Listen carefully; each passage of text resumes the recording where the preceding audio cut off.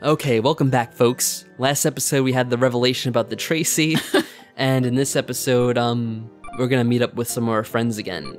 But first, well, I probably should have done this off screen, but why not? We'll just do this real quick. Metario, you have nothing to say. What a shock. I'm not even bothering at the park, because Mystic hasn't shown up in forever. And I guess we'll just read Advanced Programming. Or should we do one of these books? No, we'll save them for the Anime Cafe. I keep on saying Anime Cafe, and I want to say Manga Cafe, but it's really the Cosplay Cafe. It throws me off every time. Start reading the book. We got level 2. Oh no, look what it's time for.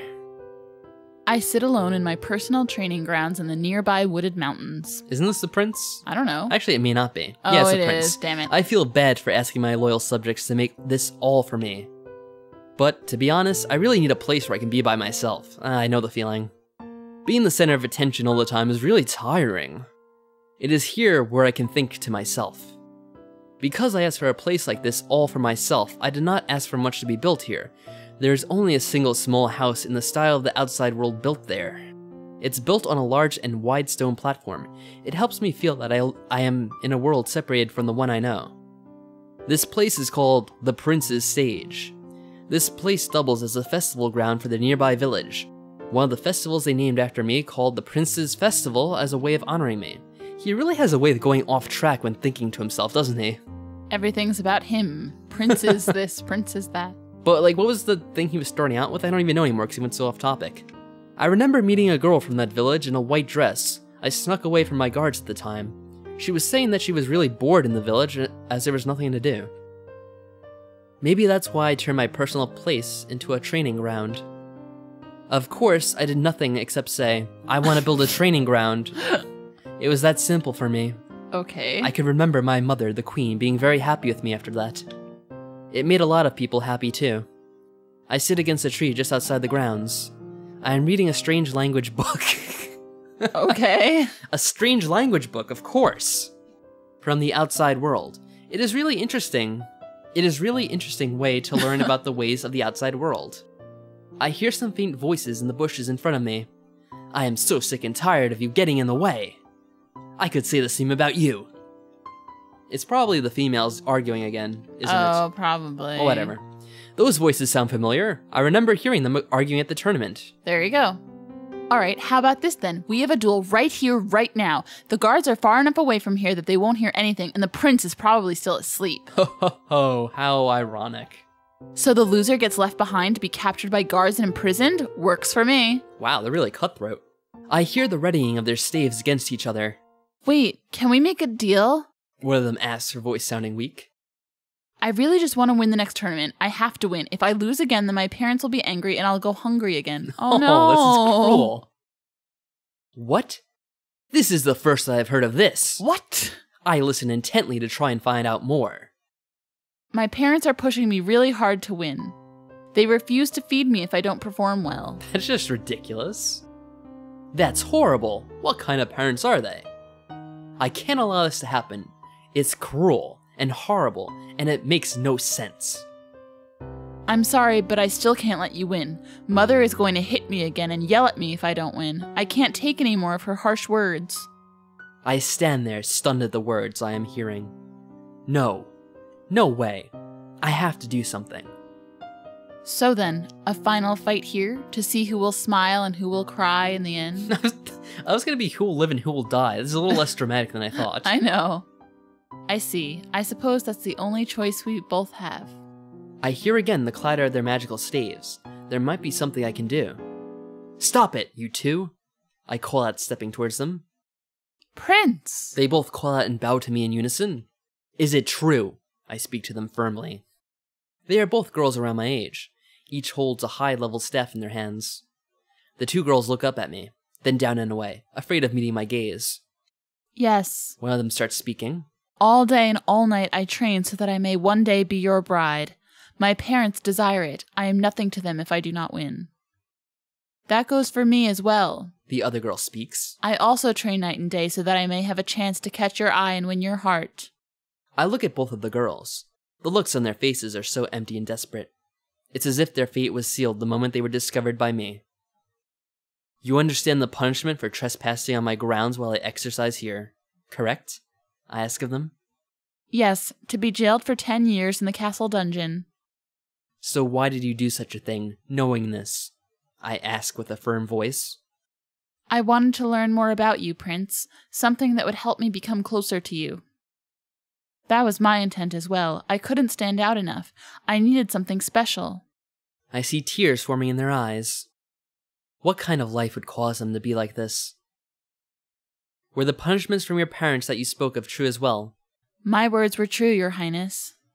My words were true as well, though now it no longer matters as we will both spend 10 years in the dungeon.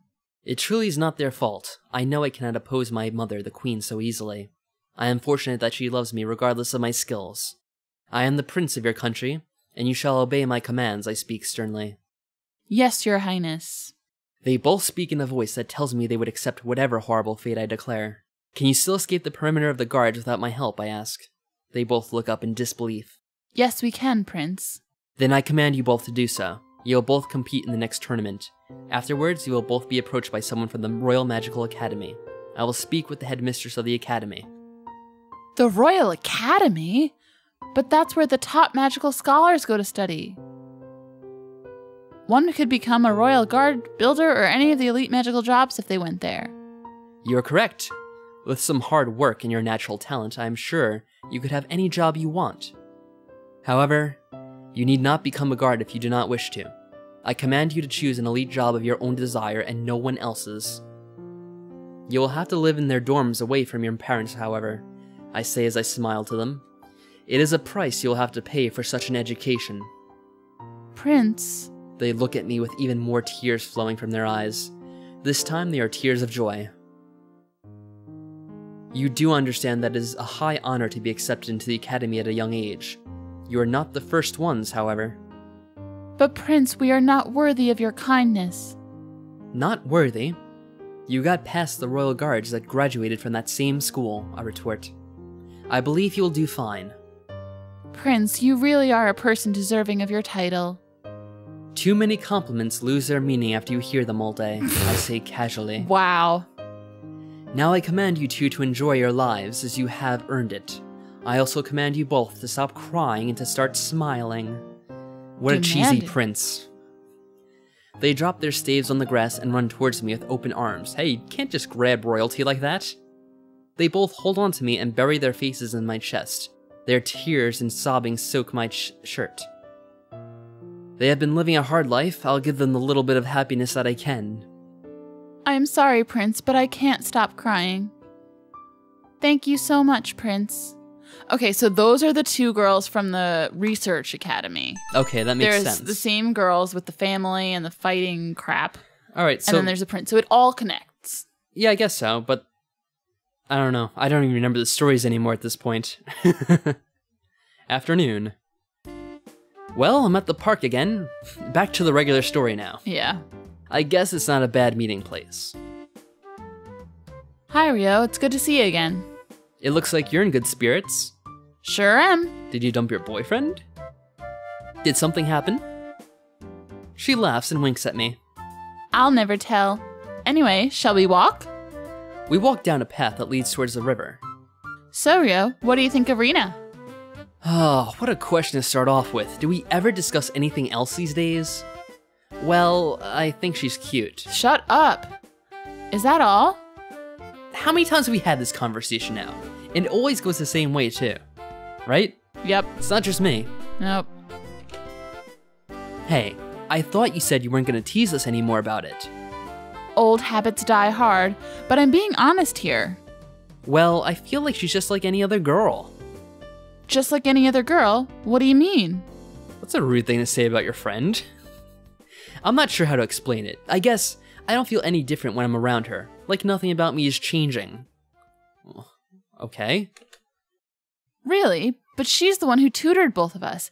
I'd say our improved grades are quite a change. I know, but I feel like I want to do things for myself sometimes. See, you're the sort of person who pushes me to do my own things. I really like that about you. In what way has she pushed us to do our own things? I don't know. He keeps on talking about this, but I haven't seen any examples of this in the game itself. No. Have you? No. I know that sometimes you go a bit overboard, and sometimes you get too repetitive, like all the time. Hey! But when I'm with you, I feel that I can do more. We don't do anything. All we do is talk to her. Yo. Stop saying such embarrassing things. Anyway, I heard that you were becoming an otaku. Is this true? Why does everyone ask us this question? And what kind of segue was that? What? I don't know. Maybe?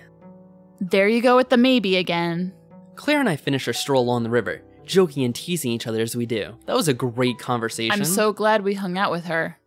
I spent some time alone, yeah. Did we read all the manual books? No, we have one more. What are we level? What? No. Go back. We want to read that again. There, we're finally done with it. Finally finished the book. Start to sleep. No dreams, thank you very much. Oh, we get to do something else now. Use bookshelf, read a book. And now we can read any of these other bunch of manga books we have. Look at all this. This is gonna take a while. Or we could try to raise one of our stats, I suppose, because we do have training as an option. Oh yeah, that's true. Should we do training? Sure. Which one are we doing? Resistance or cardio? Resistance? And we can't cheat on that, right? No, that one we can't, I remember. I arrive at the park on time and I wonder if Rena's here. Of course. Oh, she is. Hi, Rio.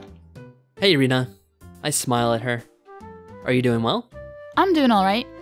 The two of us walk together next to the river.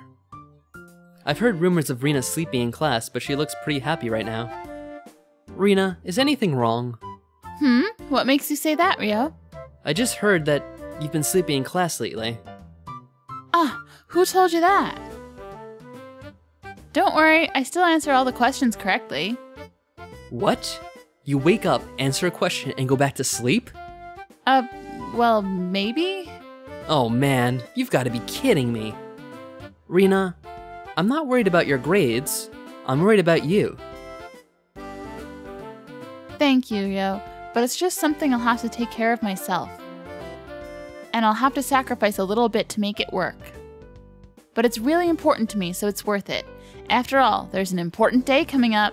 What's that? Is it someone's birthday? You didn't forget now, did you, Rio? Forget? I searched my memory, trying to remember what important date might be coming up. I'm assuming April it's someone's Fool's birthday. Day? Oh, it could be that as well. Right. We decided to go to Western Sorayama to enjoy the summer fireworks. Oh, of course. It's not even near summer yet. Yep. I mean, Okay. even if you're... Well, and I was gonna say Memorial Day, but it's Sorayama, so that wouldn't count either, I suppose. And that's still a bit away as well. I don't know. Anyway... Ah, you remembered. I'm working towards that too. Claire, Rena, and I plan a trip to the west to watch the famous fireworks this year. Of course, a trip like this costs a lot of money. I've already managed to set aside the money I need. Well, I think we're gonna have plenty of money, if you're asking me. But funding like that doesn't come easily. Yes, it does. Rena's probably working extra to make enough. Well, don't overwork yourself. Our main focus really should be Claire. I kind of think we have that resolved already based on what she said. She kind of seemed to be hinting towards it, but I don't know. I don't know, I could be wrong. But I assume that had to mean something, the way she was like, oh, it's nothing. Yeah, I'll never tell. Oh, but sometimes I wonder if we can even do anything for her. Do you think we'll be able to save her? Yeah, we got this. Of course we can. Claire's our friend. We'll think of something. I hope so. After a few more minutes strolling beside the river, we part ways and head home. I feel better after talking with her. Evening. I spend some time alone. Use the bookshelf, read a book. We'll try reading and we'll do exercising in the mornings, I guess. I start reading Little Disruptor Volume 4. The Little Disruptor meets a young boy around her age. Every time he says a Little Disruptor, it's just so amusing. I know. Who is a janitor. He always smiles and sings as he cleans. They talk a bit why he likes to sing. He also appears to like cleaning and cooking. Well, I guess that's good if you're a janitor. She says that he would make a good husband someday. Oh my god. What? The boy laughs and returns to his cleaning. What a great story that was. I would want to return that book if that's all it had in it. And it's not even teaching us anything anymore. No. So we'll train, resistance training. Sure. $880. I think Woohoo. we're pretty much set. There's nothing else we can even buy for the rest of the game, so okay. Let's go out to the Cosplay Cafe, shall we? All right, so what we did was we got a few Now books. her name is Tracy. And her name's now Tracy, so we can read them here. And I don't know if we're gonna have any more events now that we solved the whole mystery here. What do you think? I don't know. Let's see, maybe we'll get another conversation, because we sometimes get something. Ooh, we got a spell. Ooh. I'm not even gonna bother reading the books, because I don't think there's really much of a point to them. No. Yeah, the little disruptor wins, and exciting. Ooh, Oh. she had a question for us. Hey, Rio, can I ask you an odd question? We talk about anime and manga all the time.